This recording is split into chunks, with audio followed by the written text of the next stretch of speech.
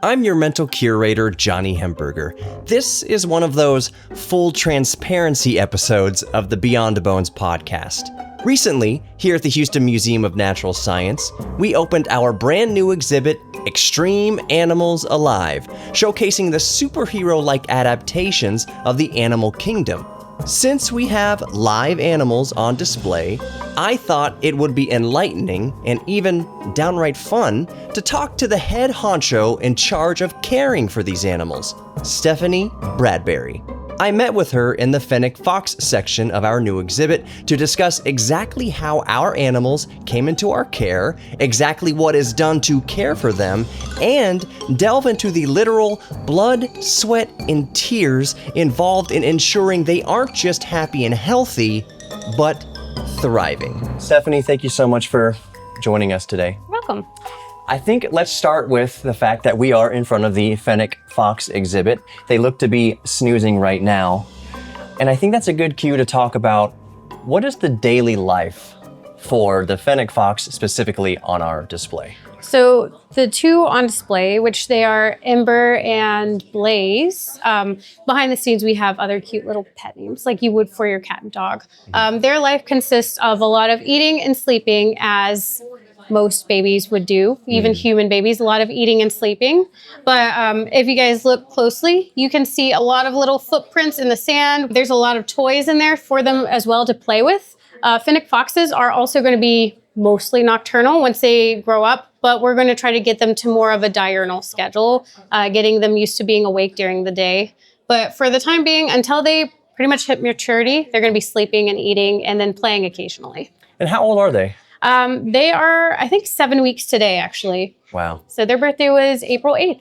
So I think there's concern about, naturally there's concern, not with us specifically, but around the world of this idea of just kind of grabbing a wild animal out of the Sahara or something like that and just shoving them into a cage. Yeah. That's not what's happening here, obviously. No. This is a world-class institution.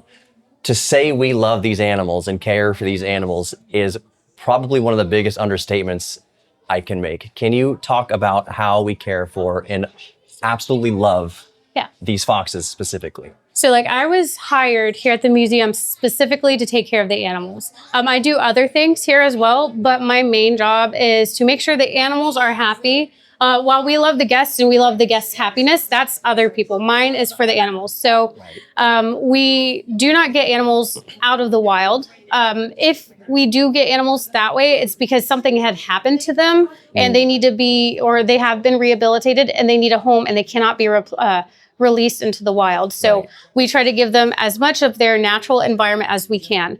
Other animals like our foxes, there are specific breeders that breed animals for display, for museums, for institutions like this. So we wouldn't go to a breeder, and I'm not saying that all of them are bad, not for sure, but we wouldn't go to a place that would breed animals just to give them away to the public for, or people who have never done a research on what it takes to care for a Fennec Fox. So the place that we got most of our animals from were from places that give animals or sell animals to museums, to zoos, to aquariums, places like that. They do a lot of research. I had to give a lot of background information on the museum. I had to give them schematics and blueprints of all of the tanks. So they really care for the animals and they're really concerned for where they're going. And as we are really concerned and care about where we get the animals from as well. Yeah. Right. So I think there's this kind of perception. And again,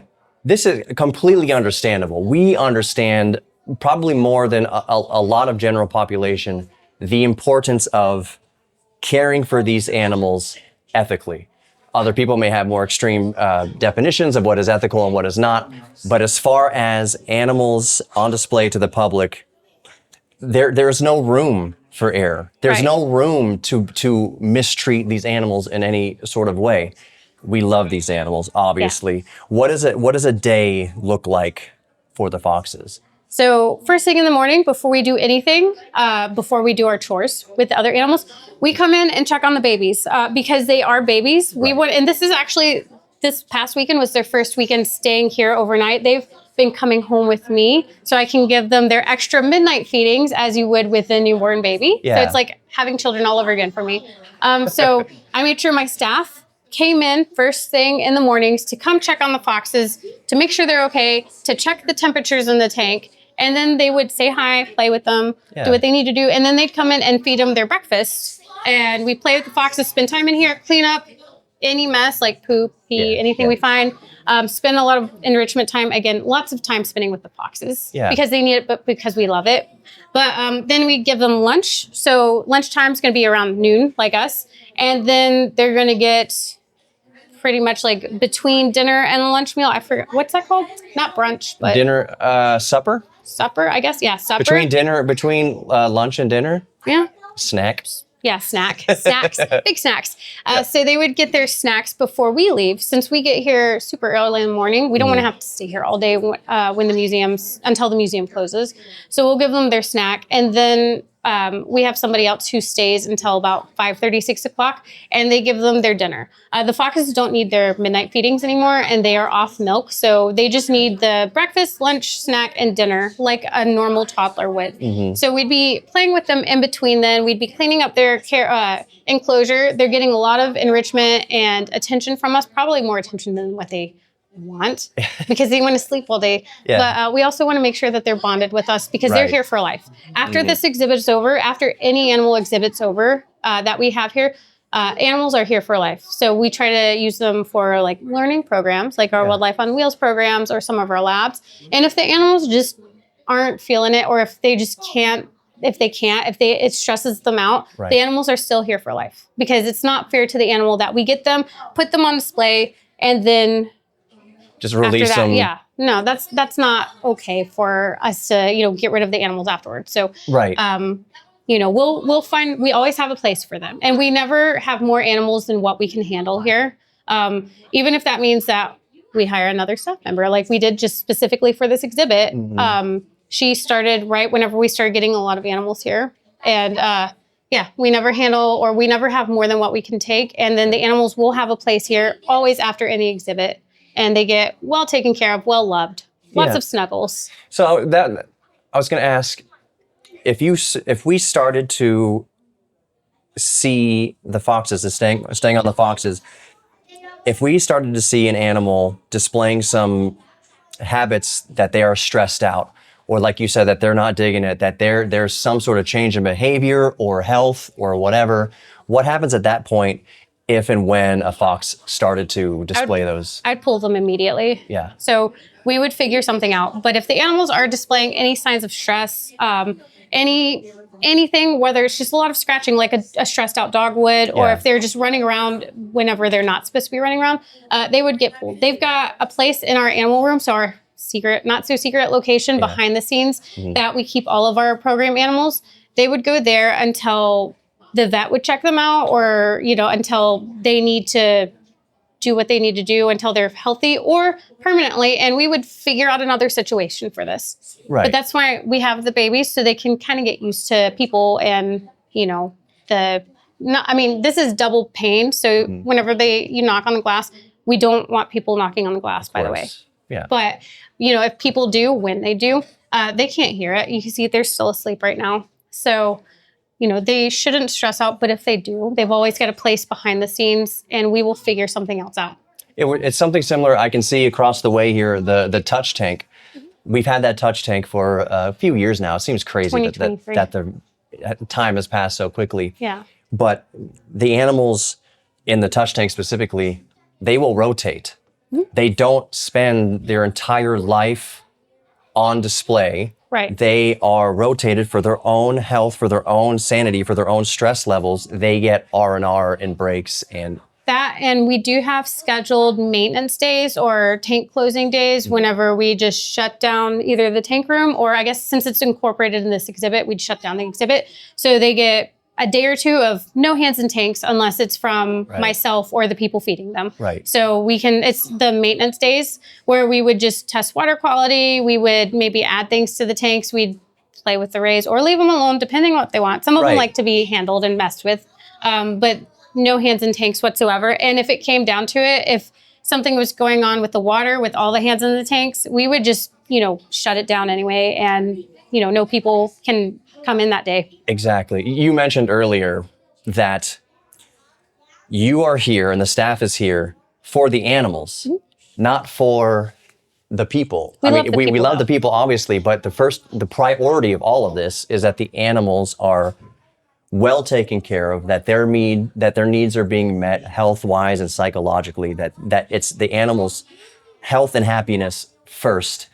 And then, the happiness of visitors and guests who come through, which is amazing, because we will simply not, why would any institution anywhere keep a sick animal, any respected institution? This is not, what is it, Tiger King or whatever, King. whatever that was. That is not the situation here, obviously. Would it be safe to say that there are vets basically on retainer? Yeah. So we have 3 different vets. Yeah.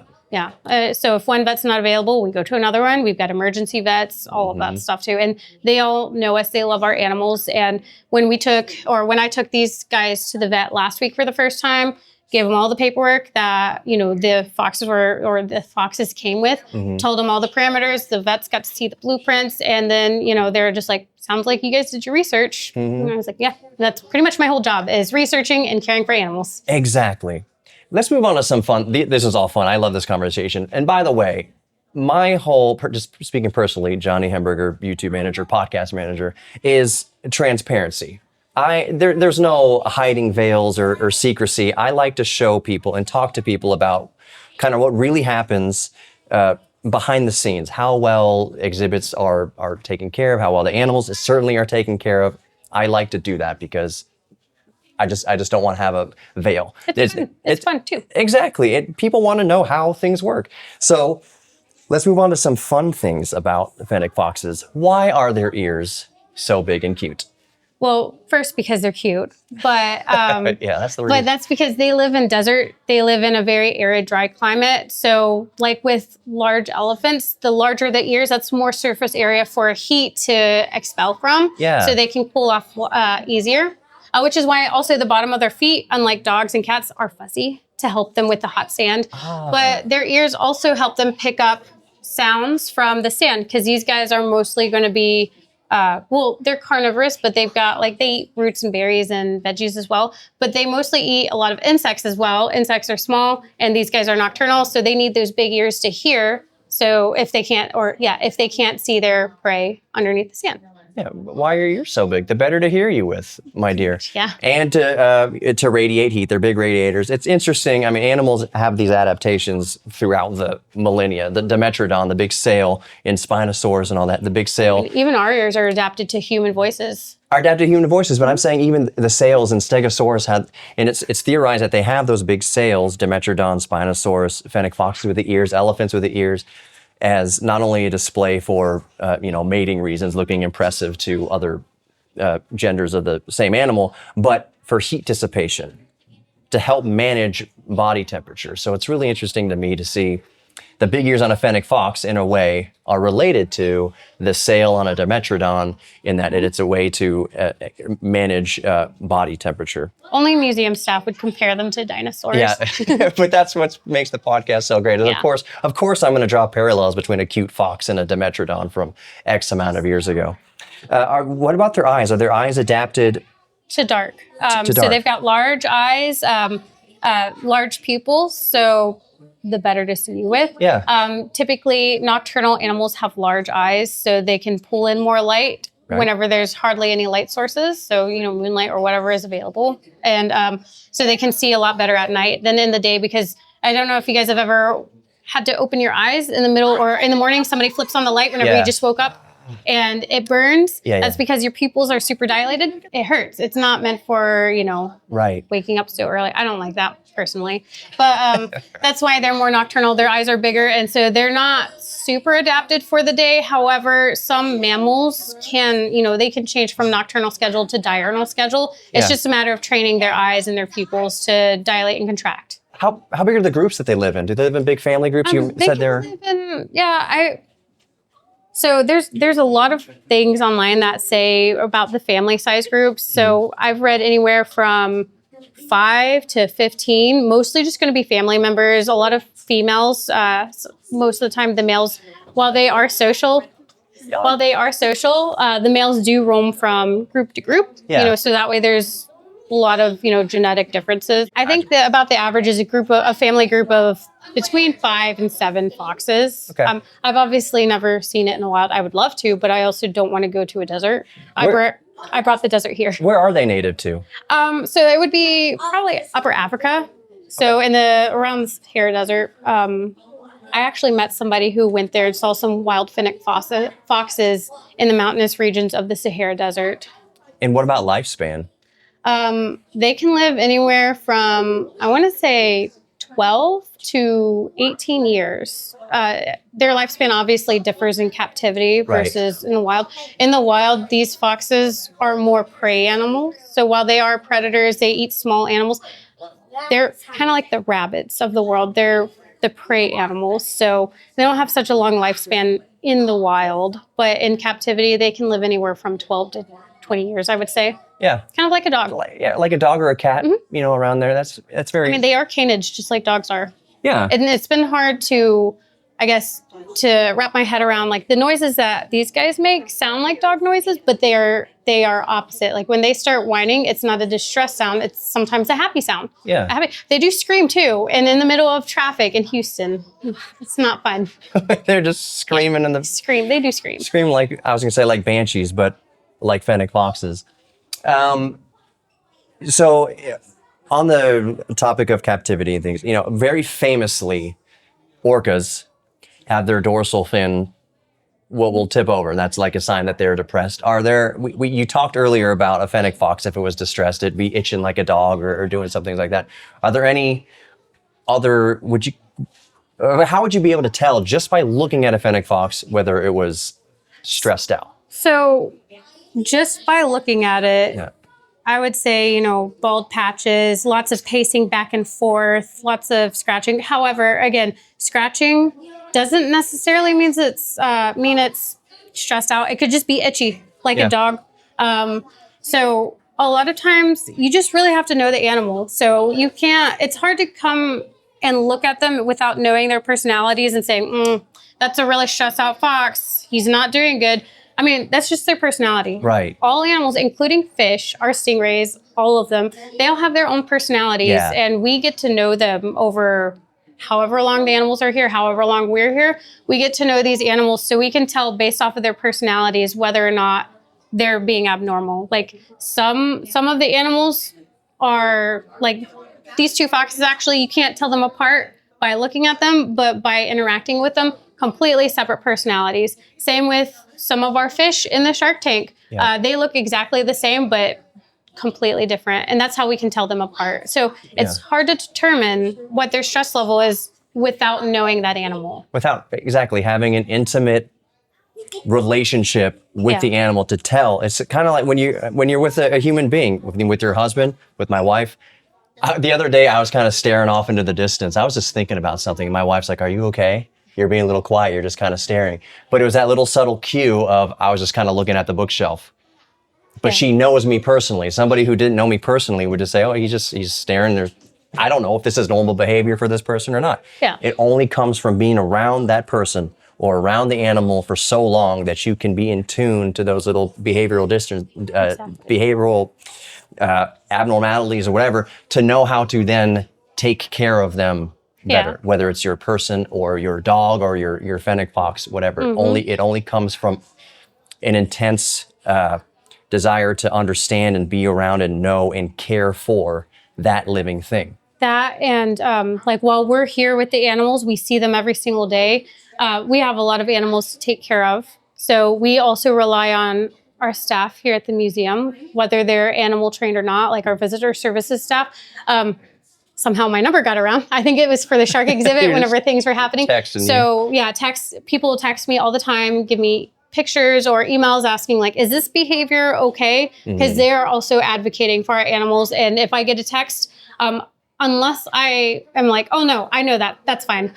We will come down and we'll go look at them. Or I tell them, send me a picture, let me know. And I will come in. Like I've come in from work whenever I go home. I've had to turn around and come back just to check on an animal. And I'm always willing to do that.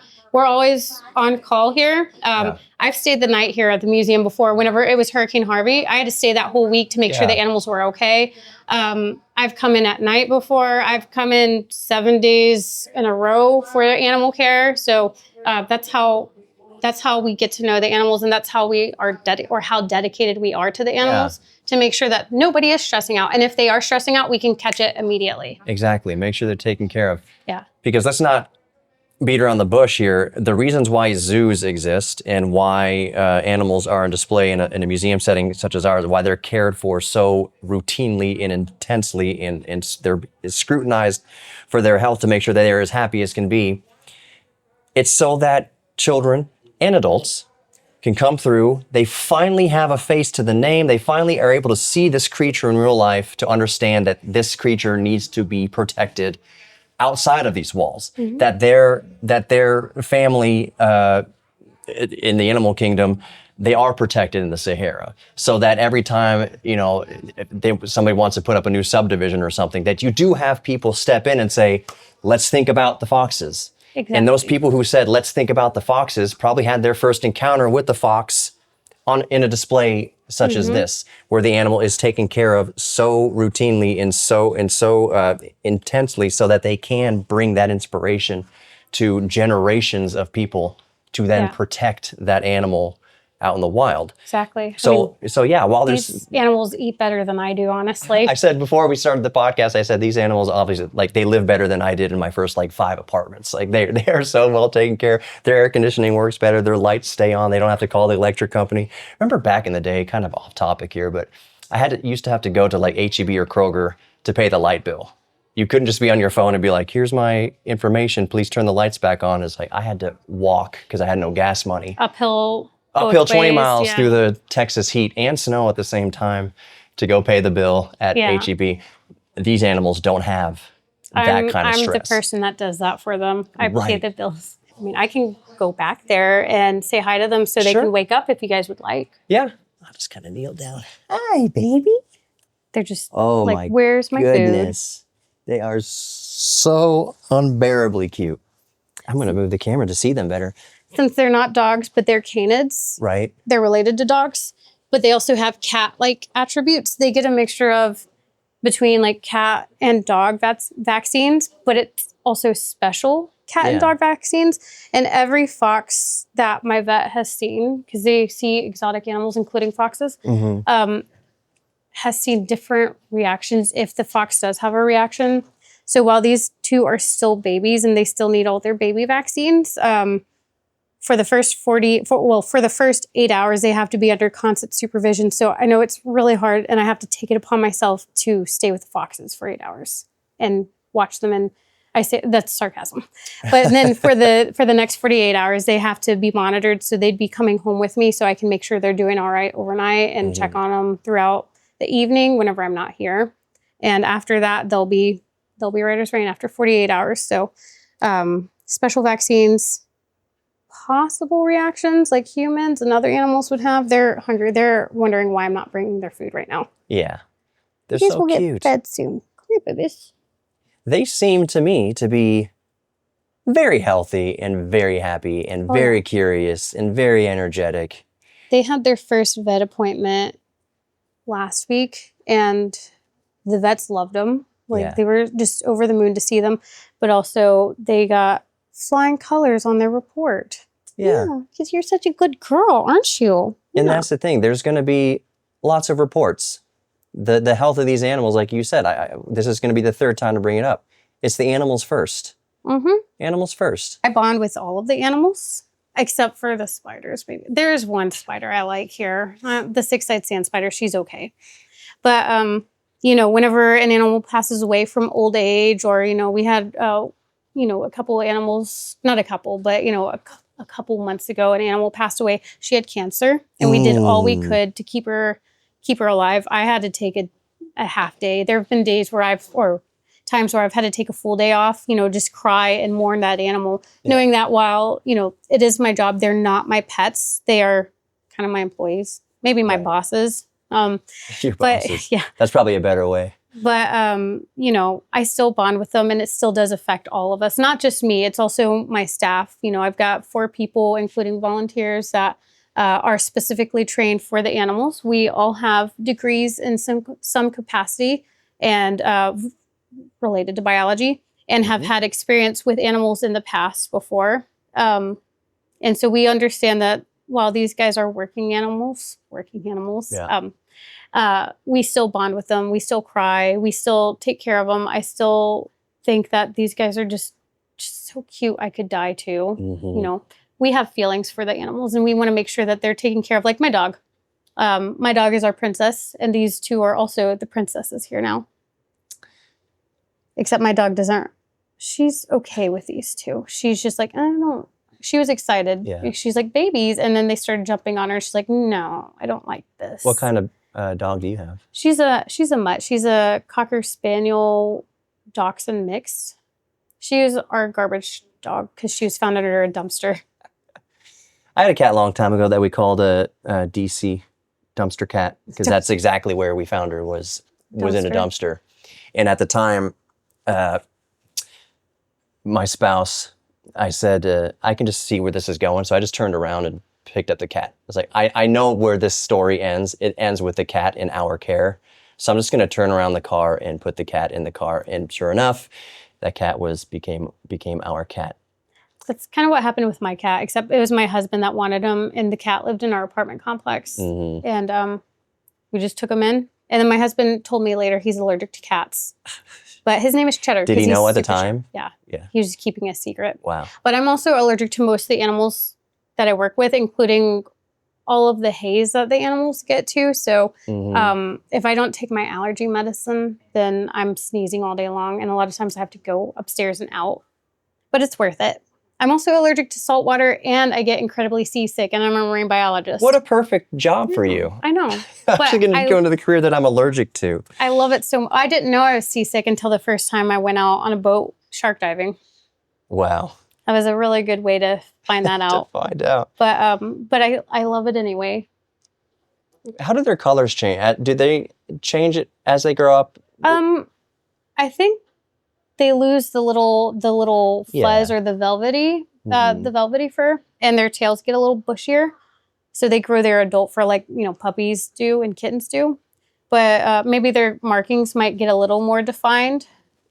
But other than that, even if they're drinking, they usually don't do that, but they really liked the water whenever I put it in here. At first, it confused them. In the wild, they don't drink water.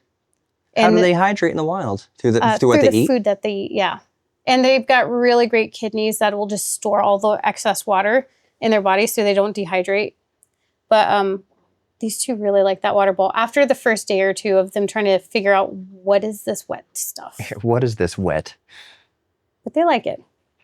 But yeah, I think their color markings would get a little more defined as they get older. But other than that, the vets were like, we're going to have to put colors on them once they grow up. Really? So I only know them from their personalities. The only reason I leaned over like that isn't because I was afraid. I just wanted the camera to see if they can get the water there. Oh, no, my kids are afraid of them. It's okay. That's super interesting. And I know other animals do it where they get their hydration through the juicy diet that they eat. But I didn't put 2 and 2 together that Fennec Foxes were the same way. It makes total sense in a desert. Total sense that that's the adaptation when you can't necessarily find convenient watering holes such as this, that you would get it through a juicy beetle that you eat. Or the plants. How big will they get? Between 2 to 5 pounds. So size of a small dog. Okay. Right now they're like half a pound, if that. They're ridiculously cute. I know. They're just so stinking adorable. And see, Itchy. That's not stress. She's just a baby. They almost look like, and I mean this in a good way. Gremlins. Yeah. Yeah, I'm careful around this water. You don't want to get too much water on them. But I was also going to say, like, bats. Bats too, yeah. Yeah. The big ears. They use their ears like that. They've got really good hearing. That's whenever we first got them, whenever they were sleeping on my chest in our living room, because I mean, I have to have some perks of my job, right? Yeah.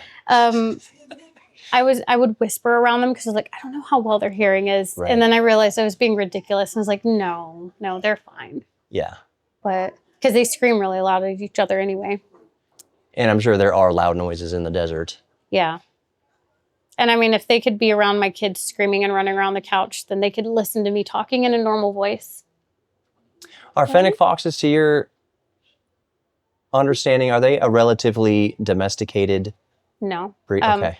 No. So unless it's a dog or even cats, cats rule us. So I don't know how domesticated they are. We're domesticated to them. Yeah. But Right, they are wild animals, and they're going to always retain those traits. So they might be tamed down in captivity, or if they are, bred and never been in the wild before. But these two will always have those killer instincts. Right. Or not killer instincts, but exactly the wild animal tendencies. They may grow relatively accustomed to being around humans. They're still wild animals. Mm-hmm. A falconer, someone who trains falcons, that hawk or that falcon is a wild animal that is used to the person, that is basically allowed the person into their life somewhat, but they are still wild animals. We know we're going to get bit.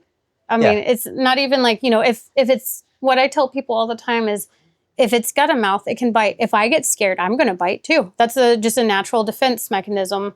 But, even if they are not happy or if they are, just playing around, like how a normal dog would know, or normal dog, but, your pet dog would know better and wouldn't bite you unless it's an extreme circumstance. These two, they're probably going to bite us any chance they get. Right. I mean, even if they're playing around, they don't understand that we've got thin, wimpy human skin. Yeah. If we do something that makes them mad, because we're not foxes, so we're going to make mistakes to them. Social faux pas. Exactly. They're going to bite us. And coming into this job, me and my staff, we know that we're going to get bit. We get bit all the time. And you have been bit. And you put the green boa on me. Yeah. I said, it's going to bite me? Is it venomous? And you said, no, it's fine. You'll be totally fine. I've been bit like 100 times by it. Not by her specifically, but by snakes. And I was just training our summer interns who are going to be doing our summer camp programs and helping us out with that. We were just training on snake handling, and I was like, I hope it doesn't happen, but you might get bit by a snake. I mean, and if it does, it's not that big of a deal, as long as they're not handling the rattlesnakes, which I'm the only one with keys to that. So nobody else. I don't even handle those guys. Yeah. But that's just part of the, nature of the job.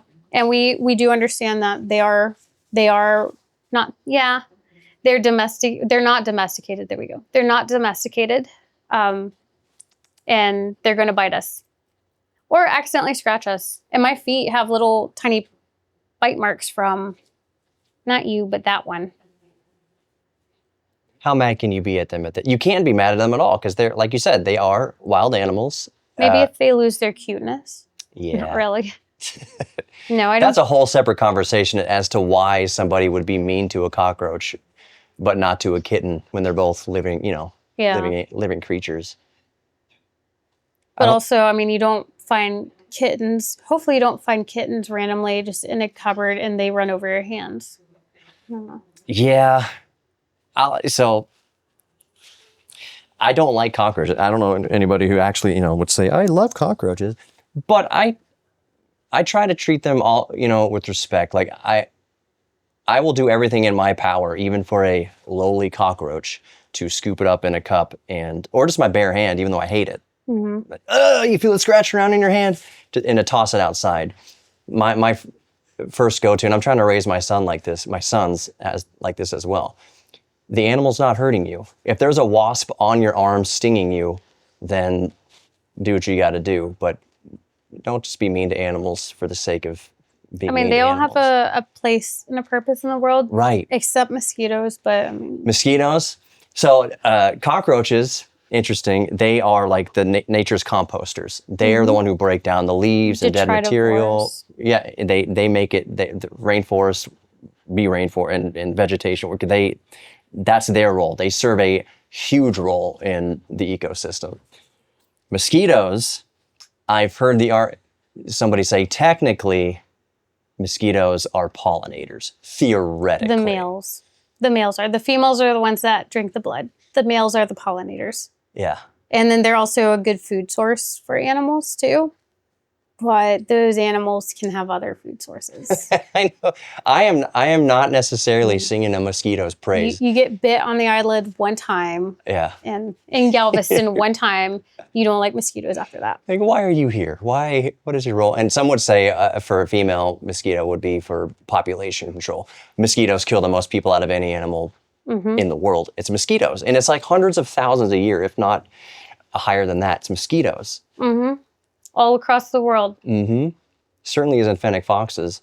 No, they're too cute for that. Even if they did, I don't think I could be mad at that. I want to meet the Fennec Fox that could take down a person, though. I see a pea pad. That's one of the, I think I agree that being a wild animal, that it's going to do its wild thing. Well, rabbits can be easily potty trained, even wild rabbits. They've got to have a specific place, and these guys can be potty trained. It's just how stubborn, just you're so stubborn, yeah. So how stubborn they choose to be. I try to get them to do that while they were at my house at least, but they decided that my shirt that I was currently wearing every single day was where they were going to go potty at. It's a good place to pee. I don't think so, no. I'd rather you guys not do that anymore. But yeah, it's every day playing with them, getting them used to us so that way we can, after this exhibit, we can deal with them. Not deal with them, but, use them for programs if they are cool with it, or at least where they're not stressed out and they can be around us. And we would do probably like little fox runs in the alcoves as long as we can trust them. Yeah. So they can be out while we're working. So they get a lot of enrichment and a lot of time with us. They really like shoes, by the way.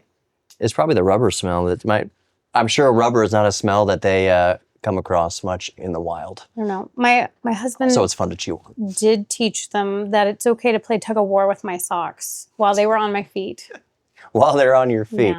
Yeah, go for it. Just go pull on the sock. Ember especially likes to bite. Is Ember and Blaze a Pokemon? No. Okay. I just reference. Was trying to, now that I think about it, but no, I was just trying to think of some like super cool desert names. And then this was before they were even born. And I guess they wanted to have a list of names for animals that were on display. And I was like, okay, well, I'm just coming up with names, even though we don't have most of them. And I just ran through a list. So then as soon as we got these two, I was like, okay, I like Ember for one of them. But the other one, I forgot what name I had picked. And I was driving and didn't want to pick out or get out my phone. And so me and the girls decided that Jasmine. So behind the scenes, it's Ember and Jasmine. But Blaze is up there. Interesting. Their stage name. Exactly. Ember and Blaze. Yeah. But really, it's Ember and Jasmine. Jasmine's the calm one, and Ember is... Which one's the calm one? That one. And Ember is the one that she was doing, like, just springing off, using my head as a backboard whenever I was at my house, changing out the pee pads from around the crate that they had their own room, and then that room, a little crate that I could put them in while I left the house. But then also a huge pin around it for if I was in the house but couldn't keep my eyes on them. Yeah. And then they had the run of the room if I was like in that area. And so what was I saying? Oh, for the crate, whenever I was changing out their potty pad, Ember would just come running and jump off my head and just, like parkour. Get the zoom. Yeah, pretty much parkour, get the zoomies. They would just crawl all over me. The last night that they stayed at my place, they figured out how to climb up on top of the computer desk. And so that is where I keep my Pokemon figurines, and they were just smashed all over the floor. And I was like, yep, that's about right. Yeah. So can't blame the babies. You can't blame them for not getting over your Pokemon figurines. We can try to set boundaries, but those boundaries also include us, making sure we're not leaving things out, or we're not setting them up for doing whatever naughty thing they want to do. Right. But, if they're biting and actively trying to play tug of war with my finger skin, I'm just going to say no. And I'm going to, like you would with a puppy, redirect them, put an interesting toy in front of their face and say, here you go. Redirect. So we don't raise our voices at them because, they don't know what we're saying. So it's an excitable noise or a scary noise. We don't want them to, get too overwhelmed or excited. And we also don't want to do any negative reinforcement. So we try to do calm, gentle voice and then, redirect them. Like the birds in the alcove, though they're a little bit smarter. Whenever they do something naughty and they know what they're doing, Yeah. they go to timeout, but we never raise our voices at them. Or like when the foxes, they did something in my living room the last time they were there. I think it was my kids. One of them scared my 7-year-old. I don't know how he could be scared of them, and so I think she was chewing on something. And so I was like, okay. And then we just went back into our room and I gave them a lot of toys and, they had playtime there. They didn't know they did anything wrong, but I took them out of that situation. Right. You're just training them, as much as you can to kind of. As much as you can with a non-domesticated animal. Dogs, all dogs originated from domesticated wolves. And it wasn't the people, humans, that domesticated the wolves. The wolves learned if we act nice around the people, they'll give us scraps. So it wasn't it wasn't just that humans domesticated the wolves. It's that the wolves learned because they're smart. If we live symbiotically with the humans, then our resilience goes up. Our numbers can go up. Our survivability goes up. It was mutually beneficial. Right. That's so fascinating because you would think of a caveman, quote unquote, going out and like stealing a wolf baby and domesticating it or whatever. That's not what happened. The wolves came around the fires of the people, and the people took their drumsticks or whatever and tossed it to the wolves, and the wolves began to associate humans with food or with easier access to nutrition. It took thousands upon thousands of years to even get to that point. Like wolves today, they're not domesticated, and you can't take a wolf out of the wild and be like, "You're my new puppy." Right. No. See, exactly. Exactly. It's not that all wolves became domesticated. It's that the wolves that domesticated themselves then evolved into the other breeds of dogs and things that we have now. But there are still obviously the same or similar wild wolves that are absolutely positively not domesticated, and you should not approach. Don't play with wolves at any point. Yeah. I would not recommend it. I've never done it, so I wouldn't know, but I wouldn't recommend it. It weirds me out is not the right way to put it, but I am super uncomfortable with, people having bears as pets. First of all, it's really sad to see a grizzly, in captivity like that. But a bear, this will never end well. Why are you messing with that? It's kind of, it's. Some people are just kind of built differently, but at the same point, a bear absolutely does not.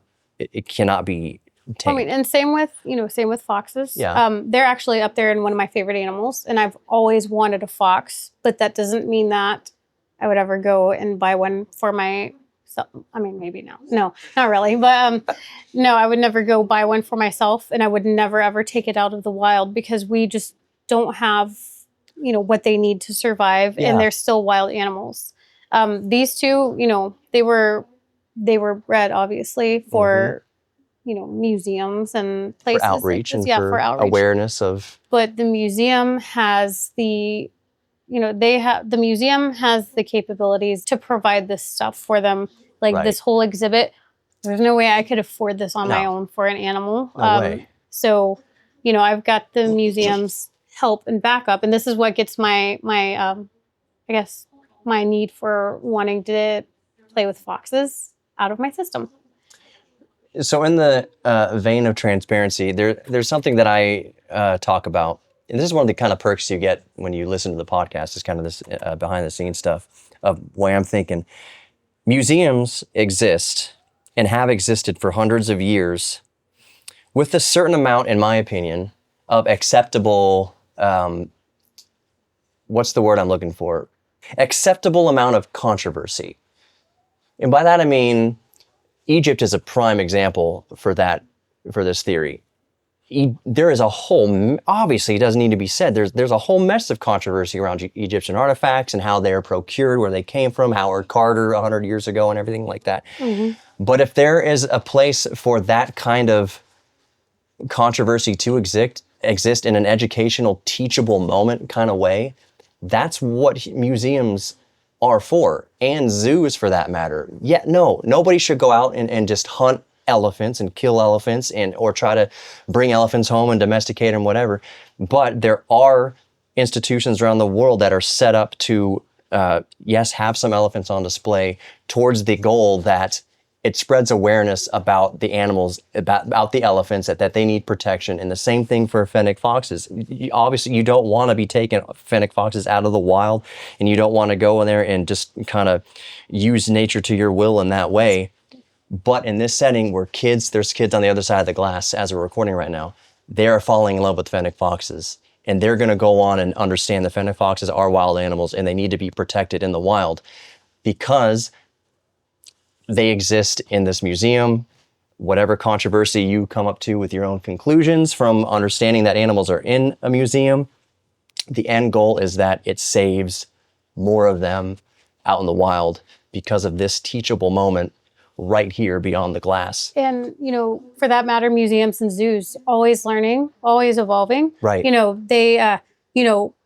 We learn that maybe we should talk to governments for where these things came from and, work with them, partnership with them, and we can learn more from that. So, we try to correct our mistakes. Right. Zoos, most zoos now, most reputable zoos have programs to help, protect animals in the wild. They donate a lot of money, Exactly. or they do a lot of, like the Houston Zoo with the Houston Toad Project, trying to breed and release more Houston toads because that toad species was almost extinct. Right. And they're working on those programs. So they've got a lot of behind the scenes programs to help those animals in the wild, and people, who pay to come see those Houston toads, that money is going towards those programs. Just like Right. money coming into the museum is going towards us learning more about, how we display things, or, upgrading fox enclosures, or,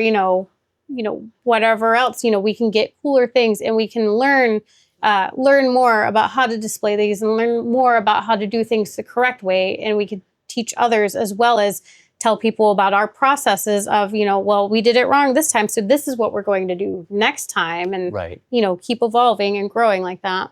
Just like humans, we just grow, we learn, and we do better. Yeah, exactly. And a really cool example also, other than the toads, and I don't know how old, depending on the audience, how old you are listening to this or watching this on YouTube, which is one that you really should watch on YouTube because it's just too cute. Depending on your age, some folks might not remember the dilemma that the California condor was in, and that it was through the numbers had dwindled so low that in the wild they were going to go extinct. Yeah. It did take in that instance a human intervention to breed California condors in the wild with the full intention, with the purpose of releasing them back into the wild to build their numbers up so that you could build a population in the wild that would then start breeding again with each other in the wild. But it did take a zoo or zoos in California to help bolster the California condor population so that we can sit here and talk about California condors today in 2025 as a recording and have the population be all the stronger than it was back in the 80s and 70s and 90s when they were trying to rebuild that population. Reputable institutions like Houston Museum of Natural Science, the Houston Zoo, even San Diego Zoo, talking about the California condors and everything. One of the reasons why they do exist and why they do have some wild animals in exhibits is not just to teach people about the animal, to help them preserve the animals out in the wild, but also in the California condors case, in the toads case, the Houston Zoo, bring them back.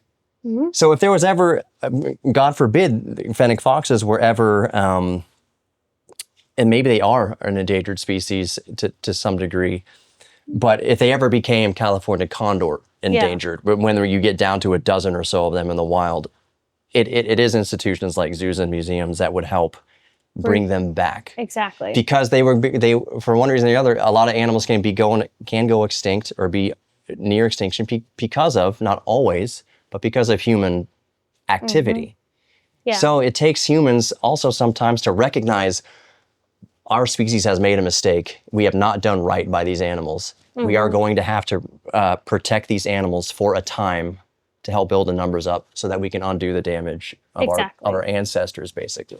Exactly. So there's ethics and things that play into there while they're in captivity and all that, but the means justify the ends or whatever? And I'd say in the California condors case, yeah. I'm sure there were people kind of seeing California condors in captivity, rightfully concerned about the ethics of having a wild animal in captivity. But the end result is that we can save that animal in the wild. And it's okay to be concerned about that animal in captivity, because that means you care. Exactly. And that's what we want. And, you know, I'm not going to lie. I'll be the first one to yell at people whenever they start harassing animals on display. Like you in here, you know, I can't tell you how many times I have to yell over a wall, stop tapping on the glass, you know, at people, because it gets to me too. And then, you know, whenever I take my kids somewhere where there's animals on display, like the zoo, I catch them tapping on the glass. I was like, no, you don't. Don't you dare. Mm-hmm. But, you know, I fully get it. It's okay to be concerned. I mean, that's really good, because that means you care about them. You know, I get concerned. Yeah. Semi-unrelated. You know, we live in a world of AI increasing its grip and its spread throughout society, and there's concern about AI.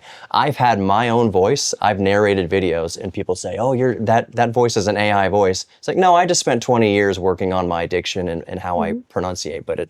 So I was like, I don't know if to be offended by that or encouraged that I sound as good as AI. Like, I don't know. I would be happy about that. See, I don't know how I feel about that. And part of me is like, it's kind of an insult, because I spent so much time to work on my craft to just enunciate. I get that, yeah. And then the other side is you enunciate so well that it might be AI. But at the bottom line is, I appreciate the concern with AI. Even though sometimes it may be misguided or misdirected, it's good to have that concern over AI, especially when it's when artists are involved and taking work away from artists and human touch and everything like that. Exactly. So bring that back around to animals in captivity. The concern is appreciated. That is very much something that we should not and cannot lose as humans, as our species. We need to be concerned and to take care of animals, especially endangered species. Mm-hmm. And everybody involved with these animals, with the Fennec Foxes specifically in this case, since that's where we are, that is your concern. Mm-hmm. That is the staff's concern. That is the whole reason why I'm here. And I've been here for 11 years now with the animals. You know, we had a smaller animal department before all of this stuff initiated. Hey, stop fighting. But we've had a smaller animal department before in the past, and it just keeps growing, which means that we're learning more and our staff keeps growing to take care of our animals. And like I said several times, our first job and our main job is animal care. I teach, I do dissection labs, I do outreach, but if any of that interferes with animal care, then I'm not teaching or doing outreach. Like for the opening of this exhibit, because this has been what's been giving me gray hairs for the last few months. I have had subs for my labs then. I don't go on outreaches anymore. And up until like we get our nice routine down, I'm not teaching anymore. So until we know what we're doing, which we do, but this is our first concern, is the animals, the animal care. We get here so early every morning so we can make sure the animals are cared for and comfortable before people come in. We can make sure that, okay, you look like you're stressed out, so we're going to pull you off display before people come in, so that way we're not making it worse. Right. And then, we're with them, feeding them all day long, playing with them, training with them, bun runs. Bun runs are really fun, especially trying to catch them after, putting them away, doing bedding changes, doing research on what kind of foods, like how can we do better for you guys? And, making bunny mansions, now fox mansions. Yeah, so this is definitely, this is not some roadside sideshow where the person went out in the woods, threw a shackle collar on something, and then brought it to the side of the road and said, $5, come see the incredible suffering animal. Like, it doesn't even... Literal blood, sweat, and tears. My own blood, sweat, and tears, literally and figuratively, went into this exhibit. Me being here for a long time, like many hours, pretty much living in this exhibit. I can't tell you how many spots in this floor that I've had to crawl around on to get wiring hooked up, or even just, measuring within an inch of certain things. And we're still going to be working on it, even though it's already set up. If we can make it better, we're going to make it better. Absolutely. And, it wasn't just a spur of the moment, like, tomorrow, let's put some foxes on display, or tomorrow, let's get an armadillo.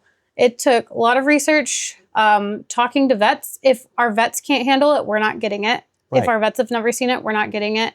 Making sure we can have the animals, and then what are future plans for the animals? How can we make their environments better? Who can have what? And then, we go from there. So lots of research. Like I said, my desk is a mess from just all the notes, all the paperwork on the animals, all the planning for this and everything. And, my boss has got pictures of me when we were setting up the exhibits, of me inside of the exhibits, just staring at vines, trying to figure out, would she like this one? Or would she like for the boa? Just staring at two vines, which vine would she like personally better? So, considering what I feel like that specific animal would like as well. For Finley, our opossum, there's a stick that was in his cage off display. He really liked that stick, and I was very insistent, and probably people think I'm weird. I know my staff do, and I was like, that stick has to come with him. Yeah. That's his stick. He needs it. Yeah. So, trying to figure out what they would like. A lot of that blanket right there, that was one of my kids' baby blankets. The foxes really fell in love with it, and I was like, well, sorry, son. Yeah, you don't need it anymore. Come in here. Yeah, he forgot about it. He doesn't know. Eustace, the armadillo, the balls in there are from my kids. And so my youngest one will want to come back to the museum just to visit his toys. Yeah. That's all. He's like, can I go visit my balls that they're in with Eustace? And I was like, okay, we can go. He doesn't want to visit Eustace. He wants to visit his toys. He wants to see his toys. And they're the cheap little playpen, but, Eustace really liked them, so Eustace got them. So lots of blood, sweat, tears, time, dedication, research, and then just knowing the animals and trying to figure out what would they like. What would Ember like in here? Yeah. She just likes everything. Priorities. Yeah. The priorities are? And a lot of it was, if I were this animal, what would I like? And so we have to channel our inner animals for display, yeah. They're so stinking cute. And all of this is with vet recommendations too. Right. I mean, I'm pretty sure she would like a cake. She doesn't get cake. Right. Exactly. Every decision made is what's going to be best for the animal. Yeah. We're not going to put things in here just because we think it's cute. It's going to be what is best for the animal. Like you just said, a cake. It would be cute if a Fennec Fox ate a cake. But that's not what's best for the Fennec Fox. So, some of these toys now that they're playing with, they've got tiny little mouths. Once they grow up and get bigger, these toys are going. Yeah. Because they'd be, I don't want them to swallow it. Right. And I'm glad she's playing with that little bunny. They look like they're having a great time. And then as soon as we leave, they're going to go to sleep again. Well, Stephanie, thank you so much for your time today. No problem. Thank you so much for listening to the HMNS Beyond Bones podcast, presented by the Houston Museum of Natural Science. Be sure to share this podcast with your friends, follow us on social media, and as always, stay safe and stay curious.